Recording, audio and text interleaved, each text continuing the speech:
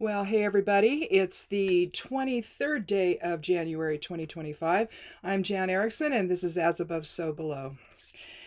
Well, I hope you're having a decent a week as you possibly can here. Some places are, I guess the South got snow, which I guess they don't know what to deal. I don't know. They don't know how to deal with that because they don't get it. So Florida and all that got a bunch of snow. That whole lower area there did, I guess. We still have only had snow. Gosh, I think maybe only one time, maybe twice, but it all went away right away, which is unusual. Anyway, today we have Gebo to start us out. It's the seventh rune of the Elder Futhark. It means the gift. It's also balanced energy exchange. It's Isa, which is a solid line down twice in an X pattern, but it's also Kenaz in all directions. So it's the expression of light outward. It makes for a really nice ritual that you do where you draw the rune on the ground and stand in the center and express your light in all directions. That's kind of a fun thing to do. But it's also about partnership and reciprocity. So you could say the gift of reciprocity. Marriage could be that. So that's going to be a higher self type of influence today. Let's look at the ego side or physical reality side with the Geomancy rune. I'll put them in the order of air, fire, water, and earth. And it looks like we have Kata Draconis. You've got Caput and Kata. Caput has to do with the north node influence.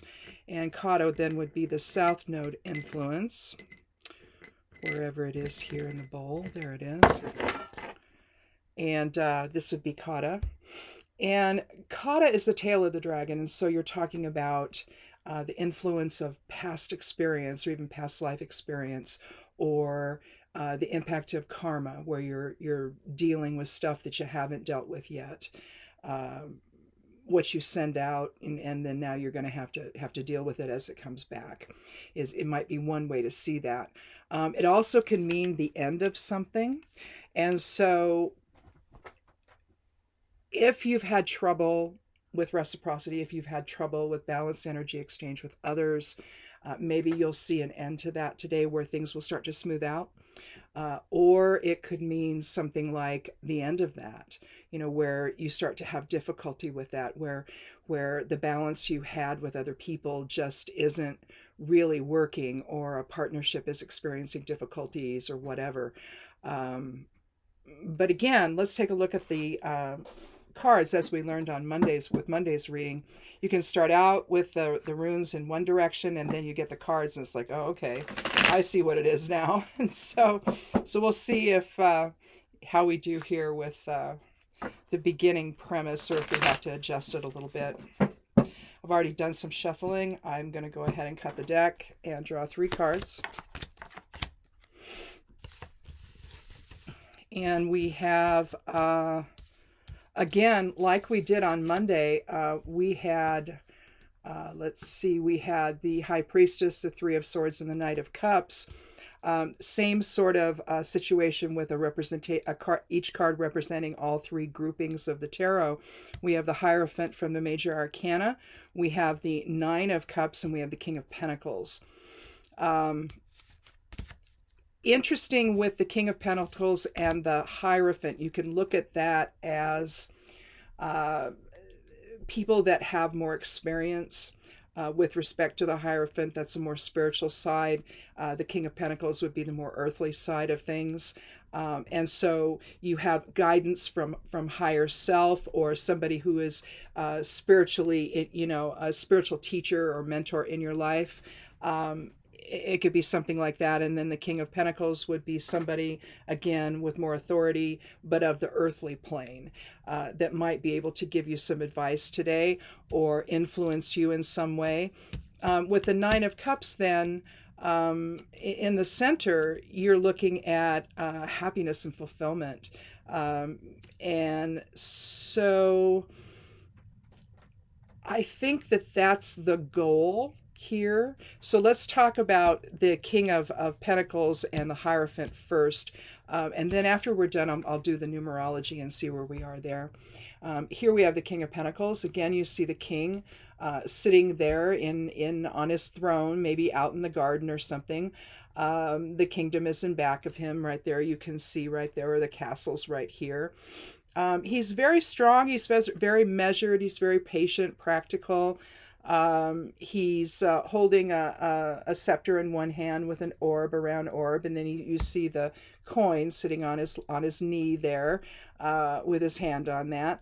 So he's somebody that's you see grapes around him. Anytime you see grapes in the Rider-Waite, you're talking about abundance. And so he's managed to achieve a lot in his life, taking a very measured, practical approach. And if you're looking to the Nine of Cups here, where now you have happiness and fulfillment and emotional satisfaction, then theoretically, by doing that, you will gain that. All right. But there's one side that we haven't talked about yet. We have the Hierophant. And here you have the fifth card of the major arcana. And it's the protection of higher awareness, really, essentially. When you're looking at the 5, you're looking at protection. And you see 3 crosses here and 2 more here for the 5. He's holding 3 fingers up to heaven. You see the 3 little horizontal lines here on his other type of scepter. It's not really a scepter, but you see him sitting here in between the 2 pillars. You see the same thing in the High Priestess card that we had on Monday, where they're sitting between these 2 pillars. You see it with justice as well. So there's a sense of balance there, balanced perspective. The keys of knowledge and tradition here down below.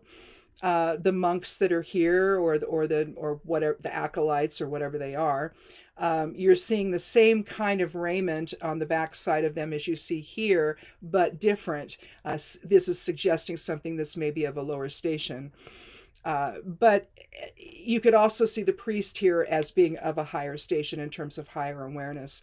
And so with the Hierophant, then you're looking at divine wisdom and mercy. You're looking at idealism and mastery and hidden knowledge, and also a spiritual teacher. And so the other side of the coin, then, the above side essentially with the cards would be the Hierophant, and having a spiritual mentor or just drawing inspiration from spirit in order to achieve your happiness in this life.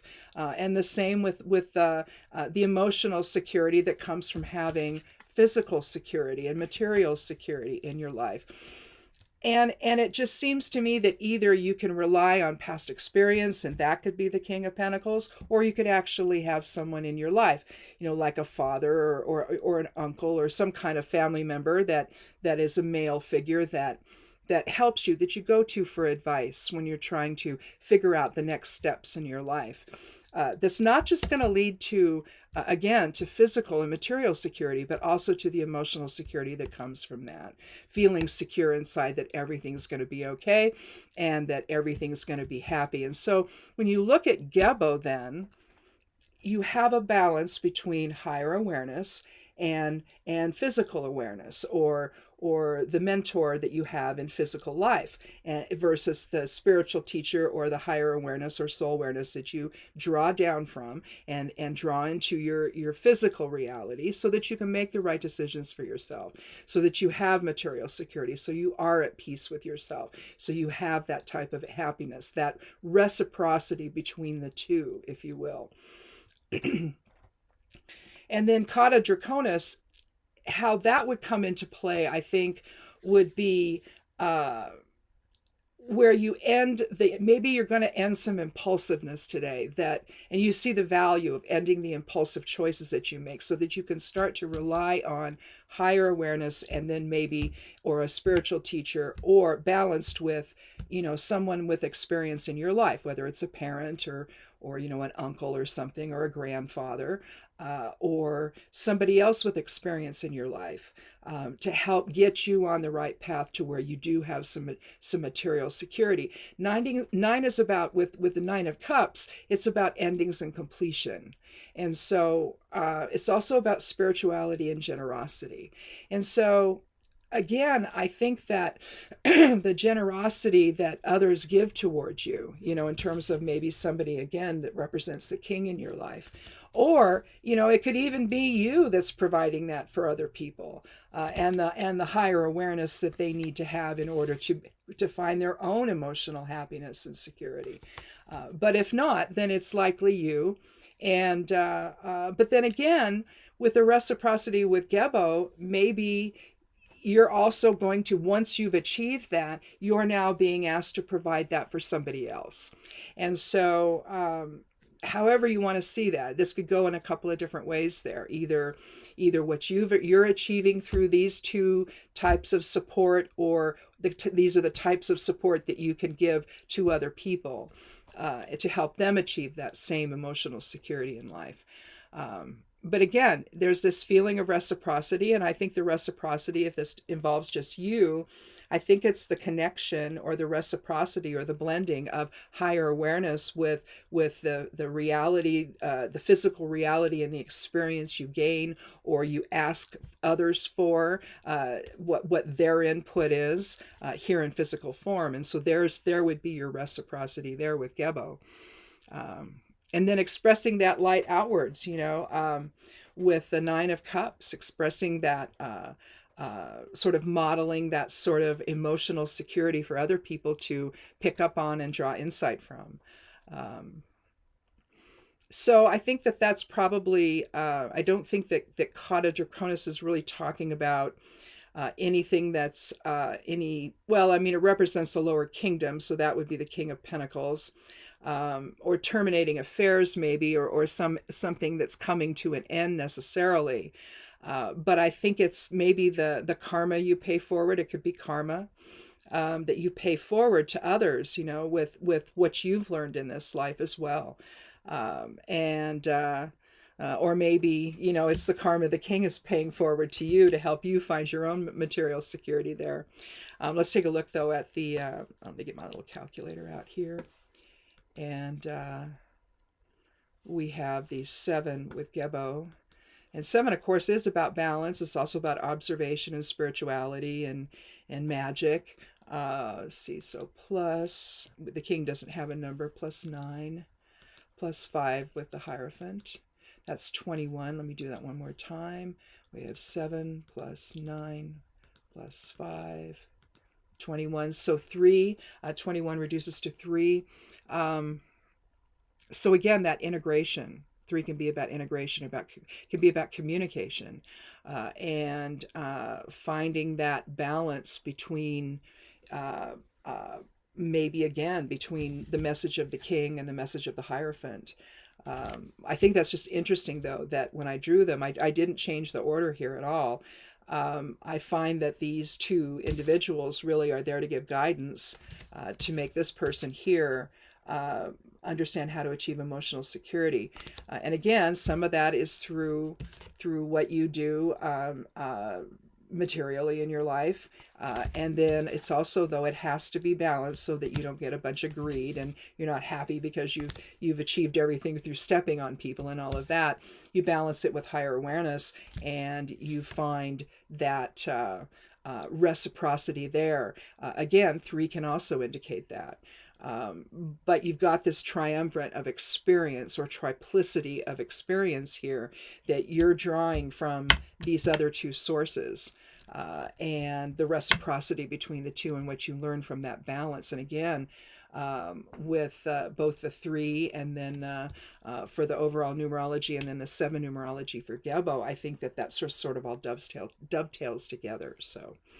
So again, whether you're going to be paying this forward to somebody else or whether this is how you, or this reading is helping you understand how to achieve emotional security and happiness and success in your life, it really is a blend between the experience you have in physical reality tempered by or balanced with the higher awareness that you can draw in and sort of sets your values and your principles for you. So that may be happening for you today, where you're going to be considering that and trying to, figure all that out for yourself. And just remember that keep things in balance and, with Gebo and watch what happens. So anyhow, Thanks for watching. Check out the blog over at Stepping Aside. The web address there is imsteppingaside.com. If you forget, click on more below the video and a window will open and it'll be right up there near the top of what's in that window. Anyway, scroll down to the bottom. You'll see where all the other places I'm at on social media, and also I write on Substack and Medium. And come back again on Monday for another edition of As Above, So Below. Be good to yourself, be good to one another, and blessed be.